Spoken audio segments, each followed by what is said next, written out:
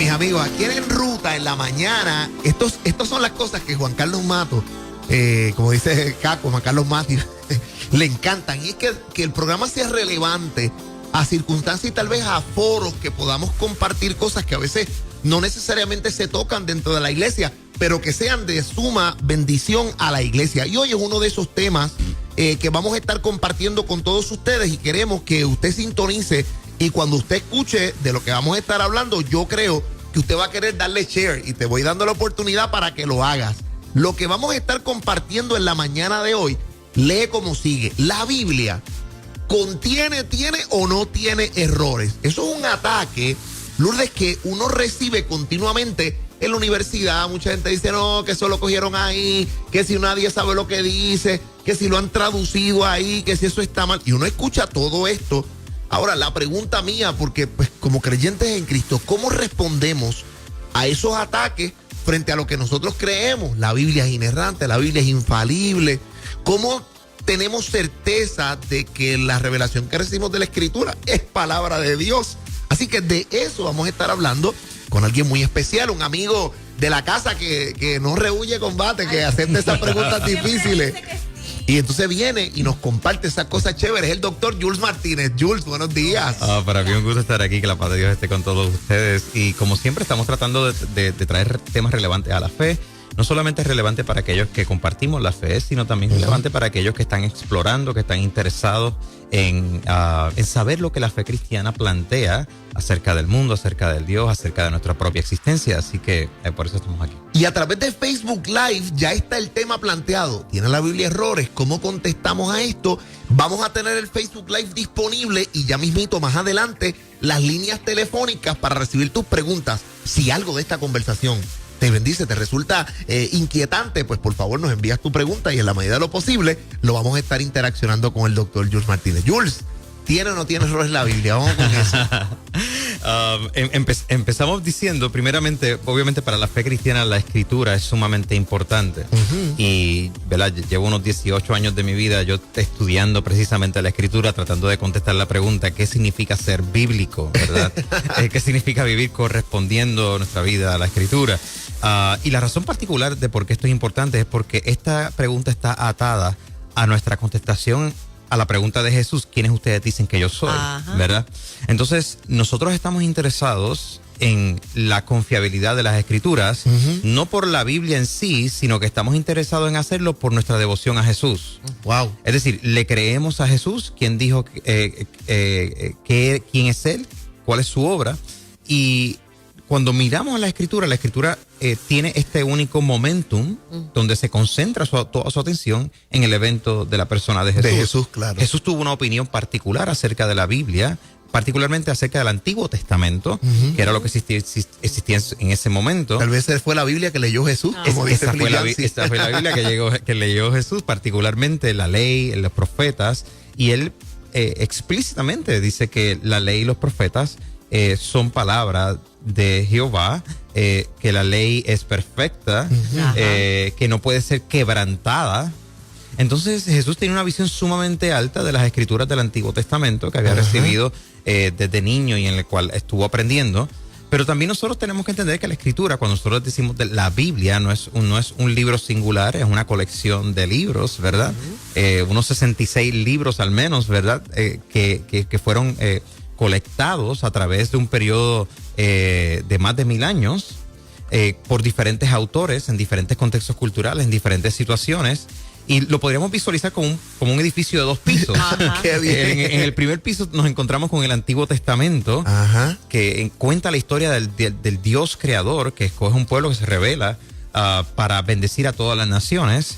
Pero entonces en el segundo piso tenemos la historia de un nuevo pacto, donde este Dios creador se identifica con la persona de Jesús de Nazaret a tal forma que en el Nuevo Testamento es imposible pensar acerca de Dios sin pensar acerca de Jesús. Wow, exacto. Es decir, pensamos acerca de Jesús, entonces inmediatamente tenemos que pensar acerca de Dios.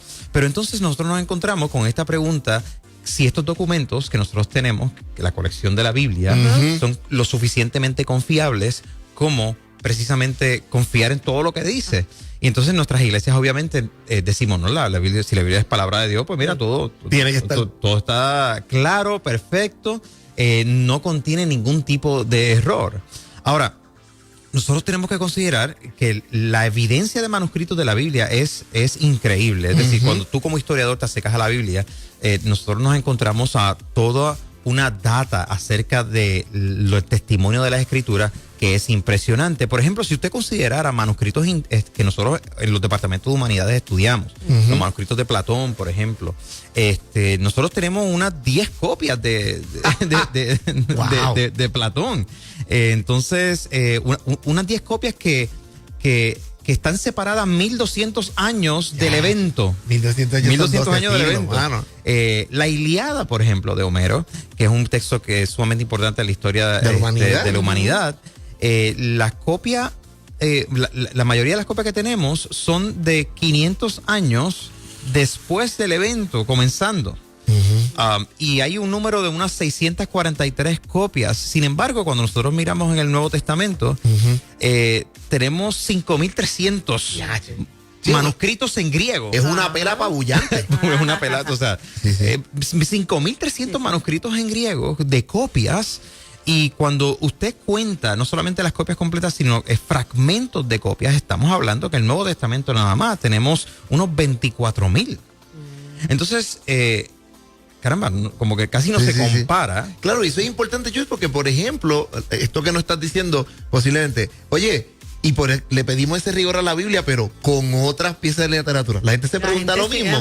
No se pregunta lo mismo. Entonces, le ponen un peso arbitrario a la Biblia. Correcto. Entonces, nada más en términos de la confiabilidad histórica amplia de la Biblia, nosotros nos encontramos que tenemos suficiente evidencia razonable para confiar en el testimonio amplio de la Biblia.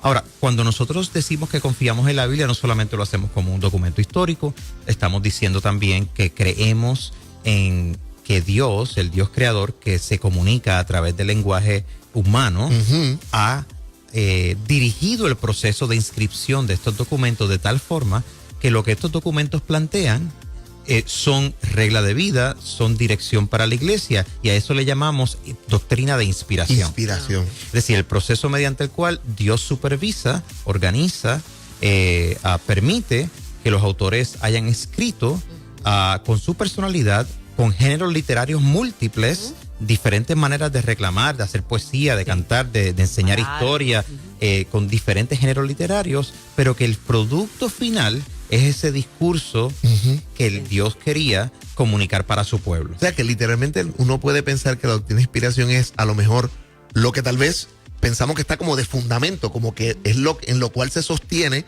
que lo que ese texto nos dice o está escrito viene o proviene del Señor.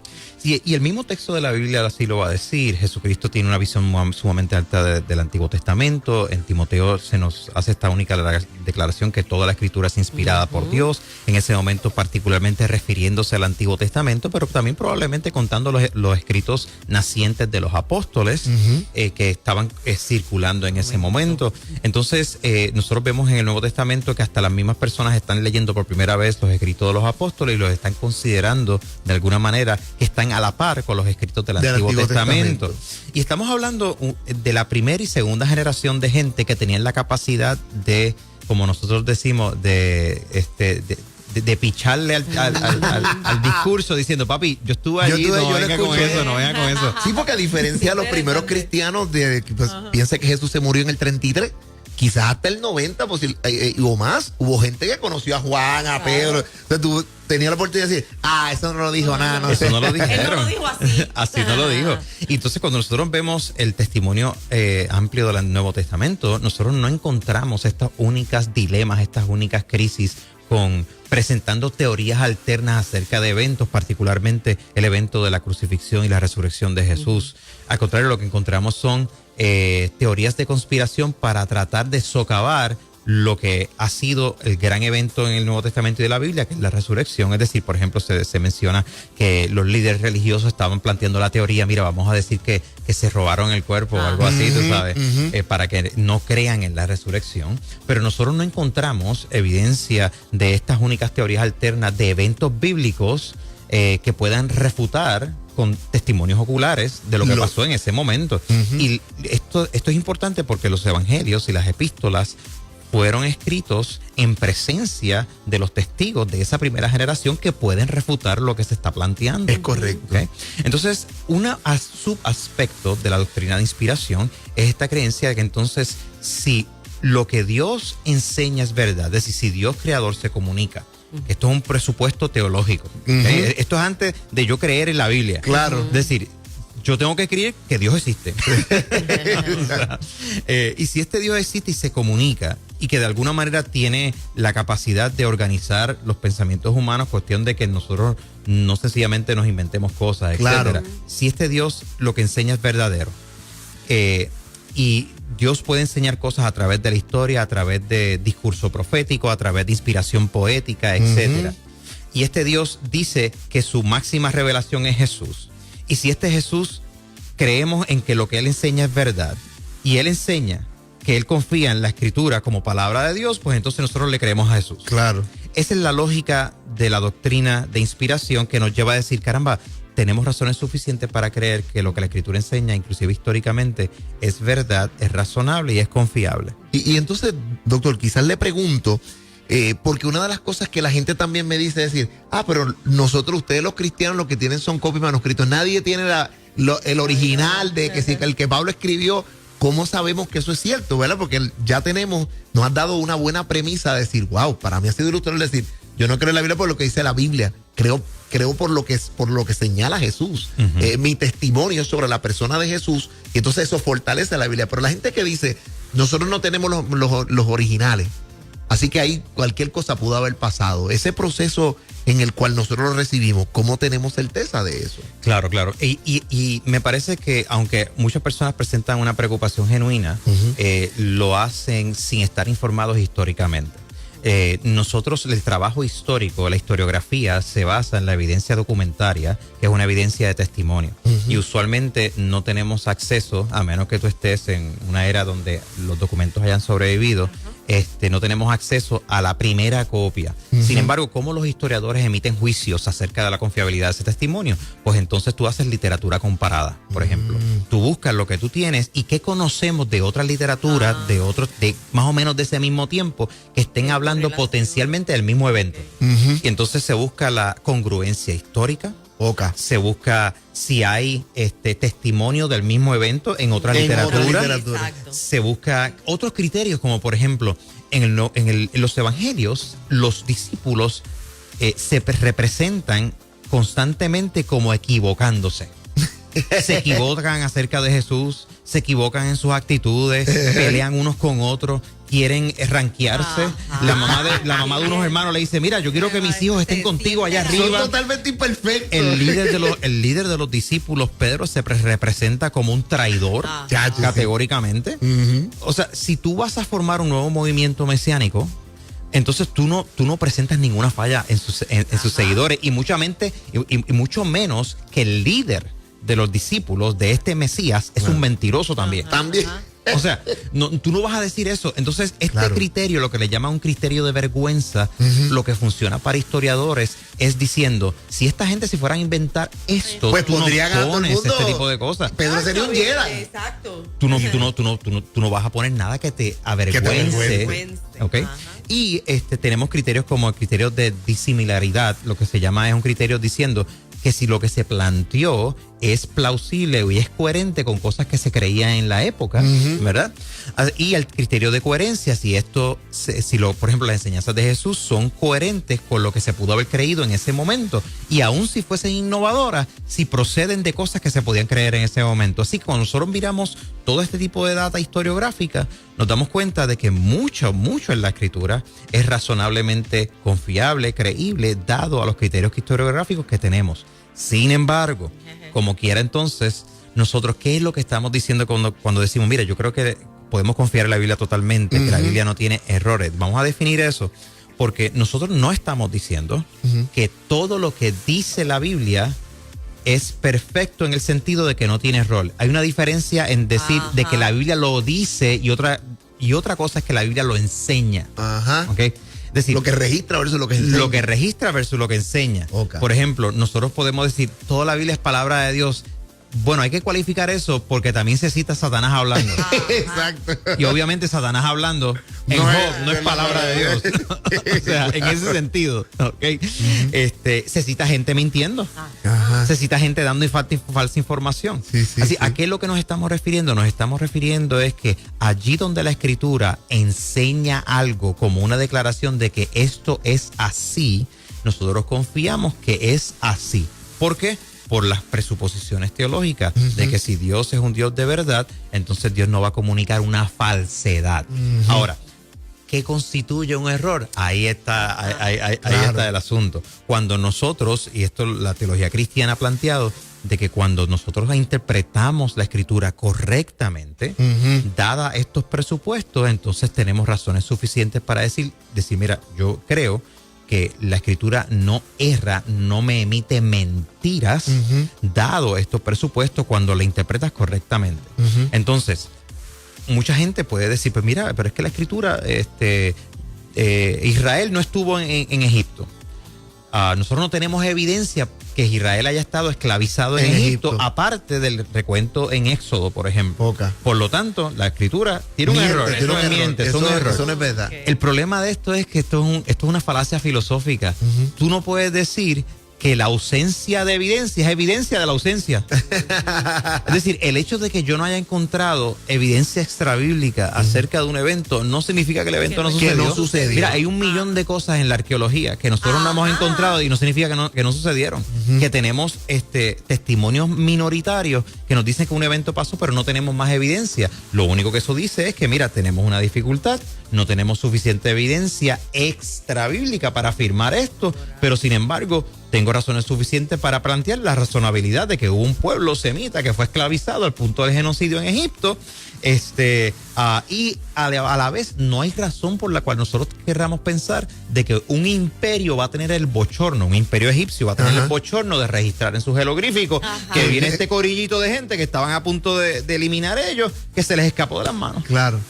Y se fue el ejército. Lo otro es que mucha gente piensa que si tú puedes apuntar algún tipo de discrepancia en términos de numerología, de números en la Escritura, en las crónicas que se presentan fechas de diferentes reyes, por ejemplo, que si cuántas veces el gallo cantó. Antes de la negación de Pedro, que entonces dice, ¡ajá! ¿Viste? Que, por ejemplo, sí, también en eventos los números. ¿Cuántos gadareno? No, aquí dice que eran uno y aquí dice que eran dos. Dos endemoniados, un endemoniado. Fue aquí o fue. Ese tipo de cosas la gente lo usa como un argumento para hablar de que no entonces es confiable. Correcto. Y entonces aquí es donde nosotros estamos importando categorías modernas de historiografía empírica acerca de lo que constituye una declaración de error o de veracidad. Porque en la teoría historiográfica moderna tú estás buscando exactitud de expresión. Mientras que los cánones bíblicos, ya sea en el canon del Antiguo Testamento o en el Antiguo Medio Oriente, tu preocupación no es la exactitud de tus números, tú hablas de números aproximados y era suficiente para que todo el mundo dijera, sí, yo sé lo que estás hablando. Exactamente. Tú hablas de números aproximados y en ese número aproximado hay un rango de fechas inclusive. Tú sabes, es como decir, sí, mano, hace 5 años, yo me acuerdo que era el verano. Entonces, nada, jugamos en la calle, pasó esto, pasó lo otro, y tú dices, pero a ver, ¿cómo que era el verano? O sea, dime exactamente. Pues, mano, era agosto 30. No, papá. Ya no es verano. Te equivocaste. Eso era otoño. Porque técnicamente, y ahí ya el verano había terminado. Le dice, pues chicos, las clases no habían comenzado. Para mí eso era el verano. Para mí eso era el verano. Entonces, tenemos lenguaje también fenomenológico en la Biblia. El sol se paró. Sí. Entonces decimos, pues mira. Claro, eso era una buena pregunta porque mucha gente dice, pero mira, Josué relata el asunto de que Dios le dio más tiempo porque Josué oró y se detuvo el sol. Dice, pues la conmovisión no es esa, porque el del sol es un error en la Biblia. ¿Cómo uno responde eso? Exactamente. Entonces, claro, con la astronomía moderna uno dice, mira, pero es que el sol no se mueve, la Tierra no es el centro del universo, todas estas cosas. Bueno, pero estamos cometiendo un error de interpretación ahí porque estamos atribuyéndole que el escritor estaba tratando de hacer un reclamo de carácter científico en vez de hacer un reclamo de carácter fenomenológico. Ante su experiencia, él está describiendo hermano, aquí pasó algo. Pasó algo. Yo no veo que el sol se sigue moviendo. El día está bien largo. El sol se paró y Dios lo hizo. Exacto. El lenguaje fenomenológico es común inclusive hoy día. O sea, nuestros meteorólogos hablan de que el sol va a salir a las 6 de la mañana o a las 5:45 de la mañana. Y yo realmente nunca en mi vida he visto a nadie diciéndole, oye, qué persona más bruta esta. Ajá. Qué mentiroso, qué mentirosa es que me dice que el sol sale. ¿Acaso esa persona no sabe que el sol no es el que sale, sino que es que la rotación de la Tierra alrededor del sol? Nadie dice eso porque hay un elemento ahí de lenguaje fenomenológico. Que es describirlo, cómo lo percibo, cómo se el fenómeno, percibe el el momento. Y ningún autor bíblico en ese momento va a estar pensando, oye, mira qué interesante que la órbita del sol. No, porque eso no es la preocupación de aquel momento. Ahora, hay dificultades ciertamente en la Biblia. Hay dificultades que yo, como una persona que lleva tanto tiempo estudiándola, que conozco también biblistas especializados en diferentes aspectos de la Biblia, que no han podido resolver, pero eso no representa ningún problema para la fe cristiana. Al contrario, lo que estamos diciendo es, no tenemos suficiente explicación, evidencia o data como para emitir un juicio de un lado o del otro.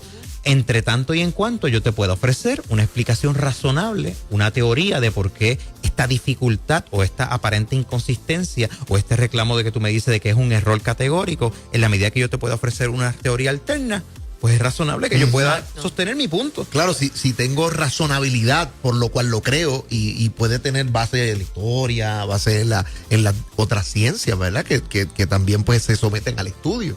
Correcto.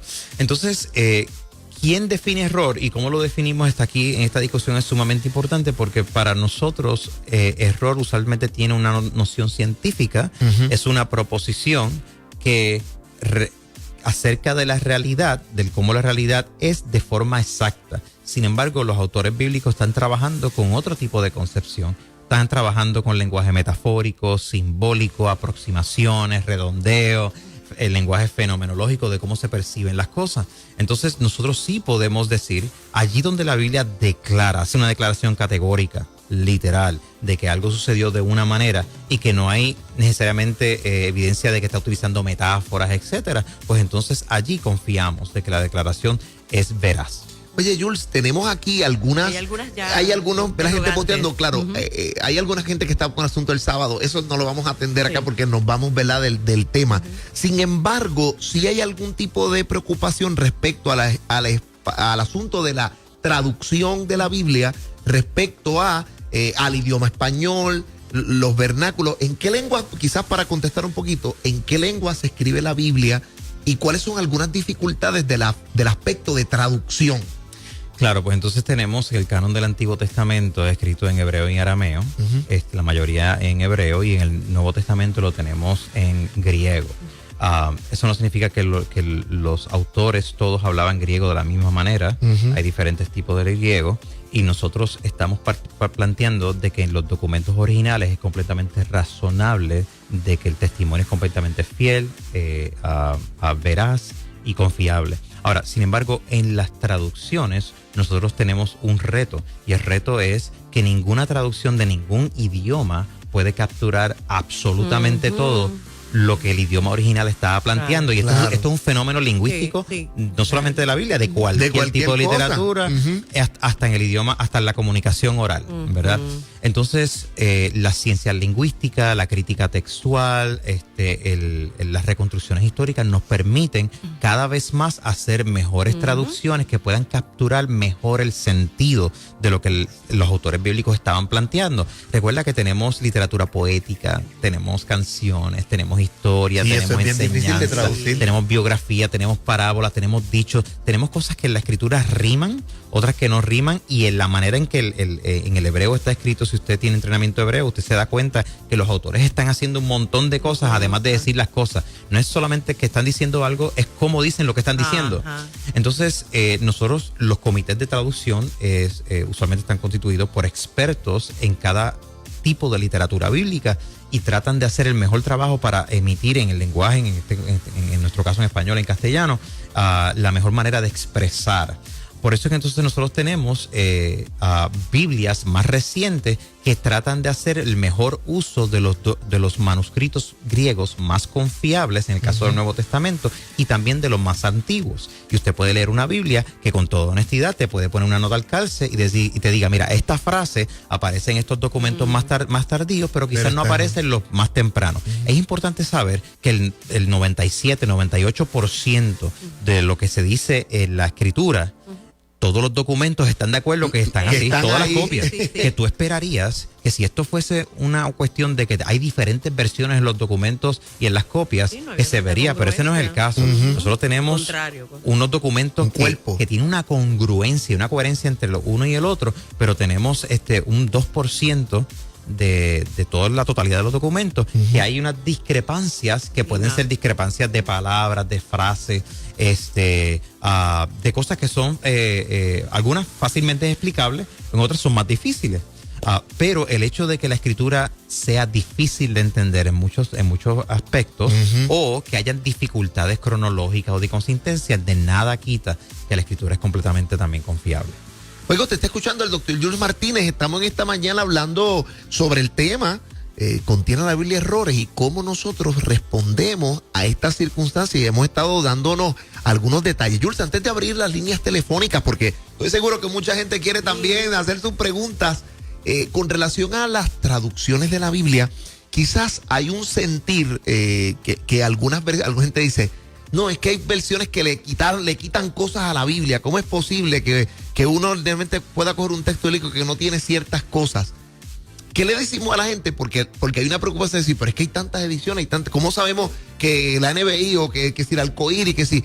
¿Cómo yo sé que esta Biblia es, que no es que es una edición, o que tiene lo que debe tener, o que le quitaron o le pusieron? O sea, ¿cómo desde la perspectiva de tú como doctor en Biblia puedes decirnos para nosotros saber, hay unas Biblias mejores que otras, las Biblias la gente le quita lo que sea? ¿Cómo vemos eso? Porque es una preocupación grande. Sí, y aquí es importante que tengamos la percepción correcta. Como nosotros, por ejemplo, históricamente teníamos una Biblia por excelencia, que era la Reina Valera. La Reina Valera. Y no necesariamente nuestros líderes tenían la educación para saber el proceso de los comités de traducción y qué tipo de manuscritos estaban utilizando.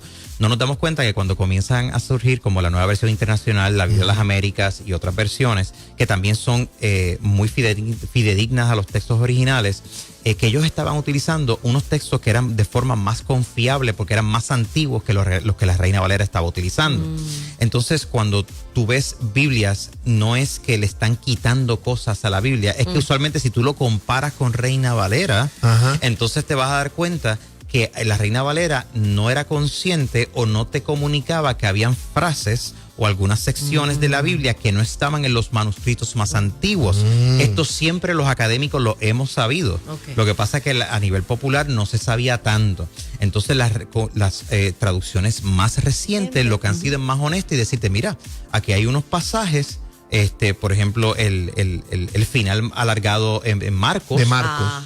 Tienes la escena de la mujer adúltera con Jesús. Con Jesús en Juan. Y luego tienes unas pequeñas frases y algunos versos en Primera de Juan, etcétera, que estas versiones te van a decir, mira, en los manuscritos más antiguos, este pasaje o estos versos no aparecen. Te los vamos a dejar ahí. Usualmente en la escritura, ellos no los van a eliminar, te lo van a poner en una nota al calce o te lo ponen en itálico como en un paréntesis para que el lector sepa, mira, en los manuscritos más antiguos no necesariamente, pero mira, recuerda, estamos hablando de un 2%. Claro. O sea, esto es casi nada. Porque tú esperarías que un proceso muy humano, que las discrepancias sean una cosa salvaje, pero este no es el caso con la escritura. Entonces nosotros podemos confiar en las versiones modernas. Hay versiones que son paráfrasis, es decir, que en el intento de comunicar algo de forma más contemporánea, como que a veces oscurece un poquito terminología que deberíamos tener una traducción más literal.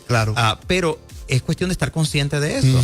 Yo, inicialmente, usted puede, inclusive en la tradición de Reina Valera, la Reina Valera del 95 en adelante, tienes estas notas de estudio al calce. En el aparato crítico, estas notas en el aparato crítico te lo va a aclarar. la Nueva Versión Internacional, la Biblia de las Américas, la Biblia de Jerusalén, son buenas traducciones.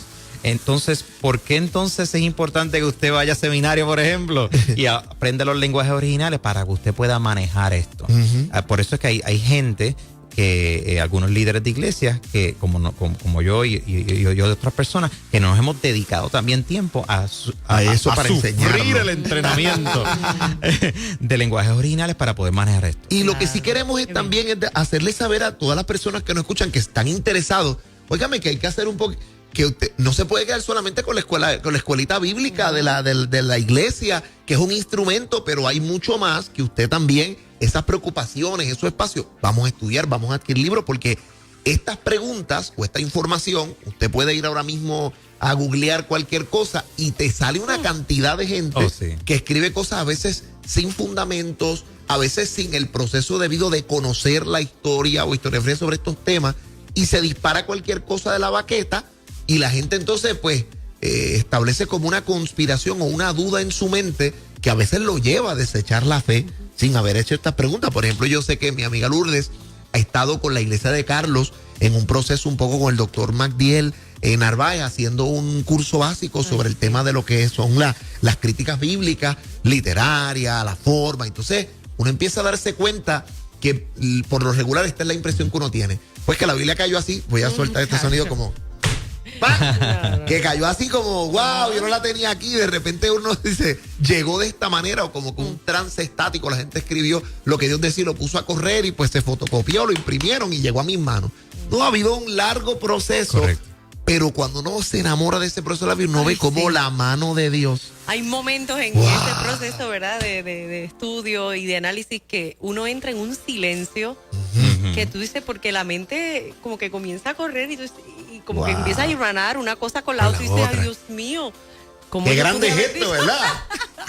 Sí. Y mira, nuevamente, si tú eres un joven que estás en la universidad o que estás a punto de entrar a la universidad, nosotros confiamos en la Escritura porque confiamos en Jesús de Nazaret.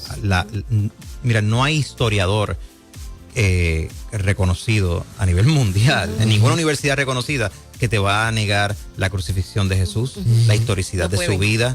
Estamos hablando de cosas que son afirmadas con vasta evidencia. La resurrección, en última instancia, va a ser un asunto de si tú estás abierto o no a que existe un Dios creador que tiene la capacidad de devolver vida. Wow. Okay. No es un asunto ahora mismo meramente histórico. No es un asunto meramente histórico. Así que puedes confiar en la persona de Jesús, en su vida, en su muerte, en su resurrección. Y nosotros, cuando pensamos en la fe cristiana, hay cosas que están al centro. Al centro de la fe cristiana está la existencia de Dios, este Dios que se revela como Dios Trino, Padre, Hijo y Espíritu Santo. Está la vida, ministerio, obra, muerte, resurrección de Jesús. Está la naturaleza de su muerte, que es expiatoria. Está la resurrección perdurable. Eso está al centro de la fe cristiana. Es el core. Ese es el core, ¿ok? Nuestra doctrina de las Escrituras está al lado de la red, ¿ok?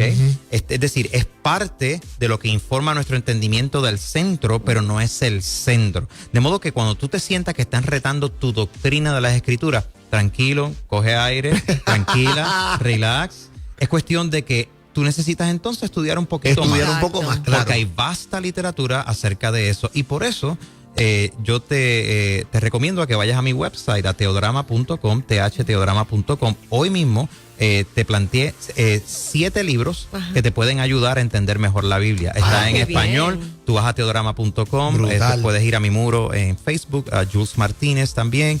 Ahí Edwin le dará share en lo suyo. Entonces usted puede ir ahí, tiene el enlace a Amazon, por ejemplo, y usted puede buscarlos todos en español, de los estudios más recientes, enciclopedia, diccionario, teología bíblica, atlas. Allí le doy un excelente resumen de lo último en la avenida. Mire, nosotros vamos a estar poniendo ya luego de este tema, lo pondremos en el enlace de nuestro Facebook para que lo puedas tener, y de ahí vas a llegar al Facebook Nueva Vida y lo puedes tener. Pero tenemos el cuadro, queremos abrir las líneas telefónicas porque sabemos que hay gente que tiene sus preguntas. Estamos hablando sobre el tema de la Biblia, la Escritura. Quizás sabemos que hay muchas inquietudes de la Biblia. Si podemos dirigirnos a eso, se lo vamos a agradecer. Llámanos al 993-9700 993-9700. Una vez más los repasamos. 993-9700. Estamos hablando, la Biblia tiene errores. ¿Tienes alguna pregunta? Nos puedes llamar ahora y el doctor estará listo para contestar. Vamos con allá. más. Hola, buen día. Adelante, te escuchamos. Buenos días. Sí, buenos días. Te escuchamos, te escuchamos. Cuéntanos. Sí, que quería ver si tenía alguna opinión formada con relación a la investigación del doctor Alberto Piñeiro, que es un investigador español sobre la figura de Jesús y de la Biblia, y quería saber si tenía alguna opinión con respecto a este investigador español. Bueno, tendría que ser más específico que eso, porque Piñeiro y Pagola, por ejemplo, han escrito mucho. ¿Tenías algo más en mente en esa dirección? ¿Algo que te preocupaba? Eso en nada más, gracias. Bueno, por lo menos en el caso, yo no he leído a Piñero, pero sí en el caso de Pagola, tengo que decir que el libro de una aproximación histórica de Jesús, a mí ¿verdad? No desde la perspectiva académica, pero a mí me lo tuve que leer en un espacio de reflexión sobre quién es Cristo. Y fue una cosa breathtaking, me llegó al corazón para ver cómo es humanidad de Jesús, y fue tremendo para mí, por lo menos. Sí, no, y cuando tú lees buenos trabajos históricos que recobran la praxis de Jesús en su contexto sociopolítico y religioso, es sumamente impresionante. Su contexto judío, ¿verdad? El contexto del judaísmo del segundo templo, de dónde viene, cuáles son sus preocupaciones, y nos da suma inspiración precisamente para dirigir nuestra práctica de forma muy concreta. Porque Jesús está predicando un reino que no es abstracto, que no es interno, que no es subjetivo. Está predicando un reino donde hay un testimonio visible de cómo Dios reordena todas nuestras relaciones humanas, inclusive la política, la religión, etcétera. Vamos con más la gente llamadita. llamándonos al 993-9700. Buenos días. Sí, buenos días. Adelante, amiga. Estoy llamando, sintonicé un poco tarde, pero Sí. escuché que estaban hablando sobre la complejidad de la Biblia, De la y las Biblia. nuevas versiones. Eso es. Y quería saber si ustedes han visto un mensaje que está corriendo que habla de que el que publica la nueva versión internacional, Sí. creo que dicen que pertenece a HarperCollins, Ajá. que también supuestamente, según el comentario de ese mensaje, que publica la Biblia satánica y Sí. otras cosas de gozo del sexo gay, que sé yo, que quitaron 45 versículos completos y etcétera. No sé si tiene si han visto ese mensaje y qué opinas sobre eso, si es cierto, si no lo es, si es una mala interpretación. Oye, Claro. querida amiga, gracias, porque yo lo he visto, sí, lo he visto, lo he escuchado por WhatsApp, es un texto de un programa de radio que dedicaron como alguien a y artículos que han tomado para criticar la nueva versión internacional, pensando, este es el asunto, Jules, para que nos puedas dar más luz, por si acaso no has escuchado el audio, de que Rupert Murdoch, que es un gran empresario, que es quizá el dueño de HarperCollins, ahora se le vendieron los derechos de la Biblia y por eso pues han hecho esta Biblia satánica. Ellos publican otros tipos de documentos que el comité de traducción de la NBI, tenemos personas abiertamente las entregado a la vida homosexual o ateos que participaron del proceso. También señalan que le quitan estos versículos de la Biblia que antes estuvieron en la Reina Valera, citan espacios donde uno ve el texto y dice, mira, este texto no está aquí, no está, por lo tanto lo quitaron. Y esos son los ataques para decir no compren NBI o esas versiones bíblicas nuevas son como preocupantes. O sea, eso está corriendo con bastante fuerza en escritos y audio. Tu opinión al respecto. Claro, nosotros ahora mismo estamos en una cultura de ataques personales a todo. Esto se llama ataque ad hominem, ¿verdad? Estamos atacando el carácter, presumiblemente, de una persona que tiene acceso a las intencionalidades del corazón de alguien. Entonces, eso realmente es una falacia lógica. Lo otro es que ciertamente HarperCollins es el dueño ahora mismo de los derechos de distribución de lo que era Zondervan, por ejemplo, que tenía los derechos de la nueva versión internacional. Pero yo conozco personalmente gente del parte del comité y los directores del comité.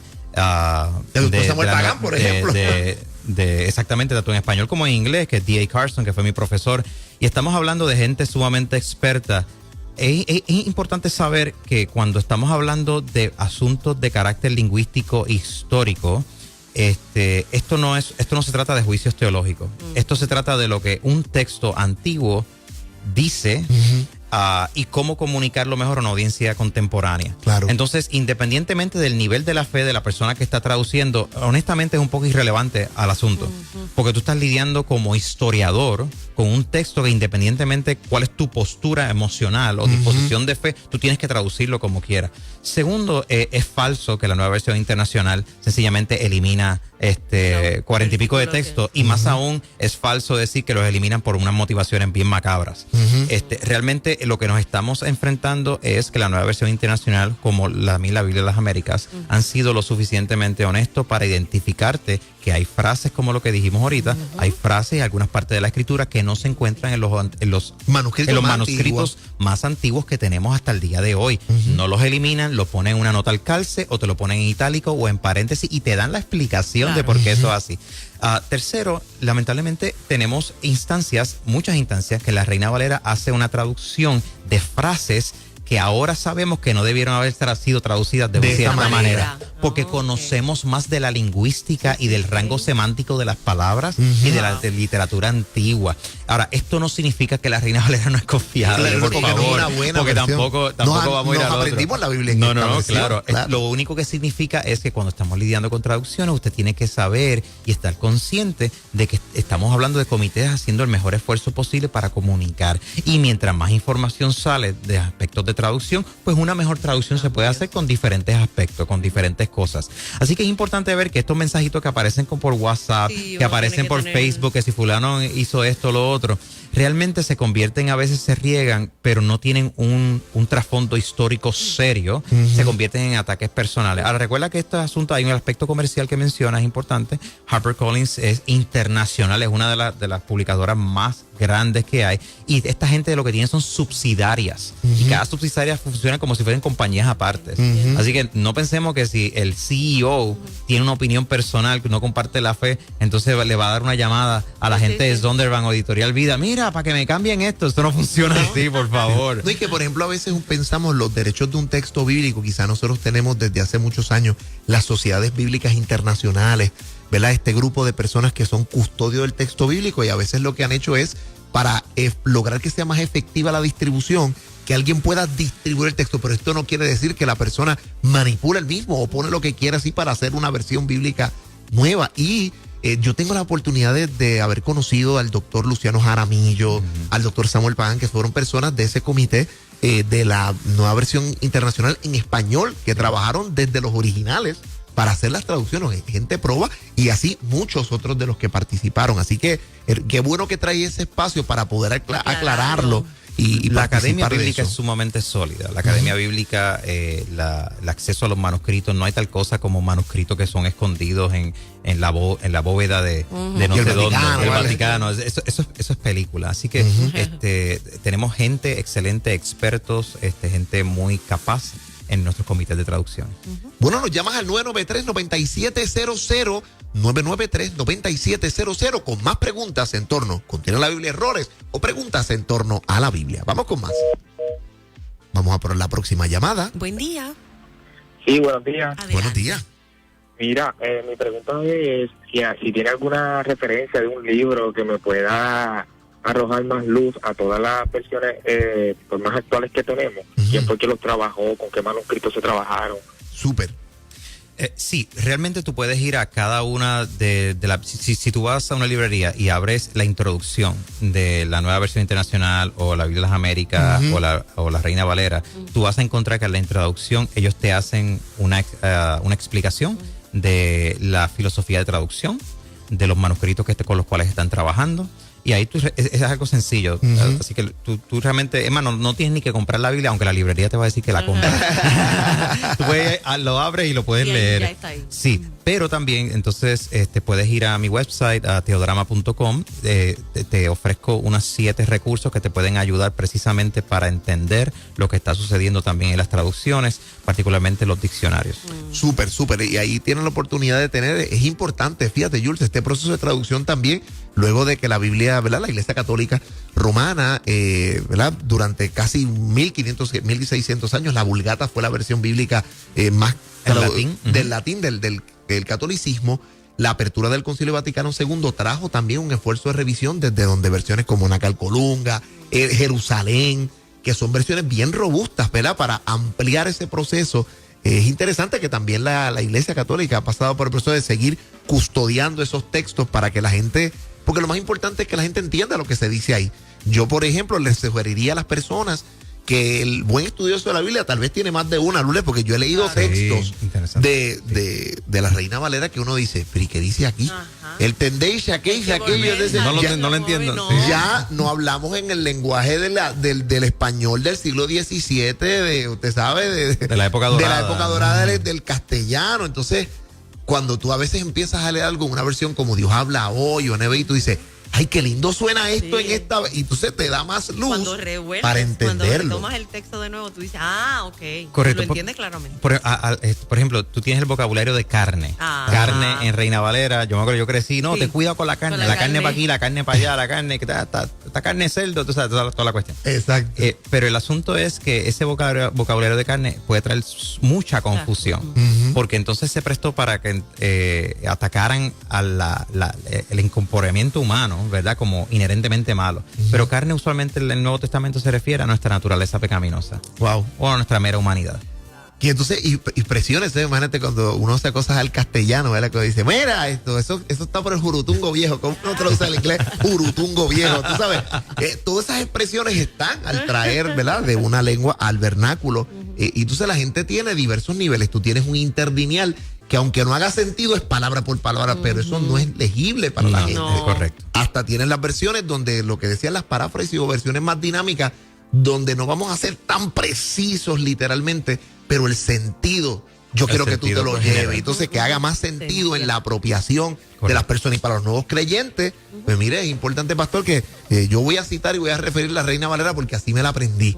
Pero también quiero ponerle a los hermanos otras versiones que puedan ser mucho más claras para que interactúe con la palabra y entienda lo que la Biblia le quiere decir. Así es. Y usted como líder, como predicador, como pastor, es importante que usted conozca precisamente la historia del texto bíblico, pero que también conozca cómo utilizar diferentes versiones para facilitar el aspecto pedagógico. Exacto. Usted quiere que tu gente aprenda, no solamente que se memoricen. Una cosa es memorizar, otra cosa es comprender. Bueno, señores, sin Wow, tiempo qué para bueno más, ha estado esto. se nos acabó el tiempo y yo estoy seguro que hay muchísimas personas que están en el proceso de ello. Hay gente que nos está preguntando sobre las páginas y los recursos. Vamos a hacer algo. Inmediatamente acabo este segmento, vamos a colocar el enlace que nos preparó el doctor Jules Martín identificado en nuestro Facebook para que entonces tú vayas al Facebook de Nueva Vida y haces clic y vas a llegar a Teodrama para que no tengas ninguna confusión. Pero Jules, queremos agradecerte este tiempo que has estado con nosotros y Gracias. que la gente sepa dónde se puede comunicar contigo para dudas, preguntas, invitaciones, talleres, seminarios a las iglesias para llevar este tipo de seminario de apologética, de texto bíblico, de la historia de la Biblia, de esta manera tan conversacional y tan clara que tú nos las has traído esta mañana. Sí, muchas gracias. Usted puede ir a mi página web, teodrama.com, teodrama con TH, teodrama.com. Y a través de la página me puede enviar mensajes. También puede ir a mi página de Facebook, Jules Martínez, Jules, Jules Martínez. Y usted también entonces ahí se puede comunicar conmigo. Ahora mismo estaremos entre Puerto Rico y Estados Unidos, estaremos viajando a América Latina, así que estamos dispuestos a trabajar eventos, etcétera, pero lo tenemos que hacer con tiempo de planificación. Así que recuerde, teodrama.com y me puede buscar a través de Jules Martínez y así me puede enviar mensaje y nos comunicamos. Oye, y estamos pendientes, usted quédese con nosotros, ¿sabe qué? Vamos a estar llevándote buena música que tiene que ver con la Biblia. Le pedí a Sadir unas cancioncitas ahí, música con relación a la Biblia. Y luego de eso a las 8:30 seguimos con el sampler de los deportes. Todo esto y mucho más, esto es En Ruta.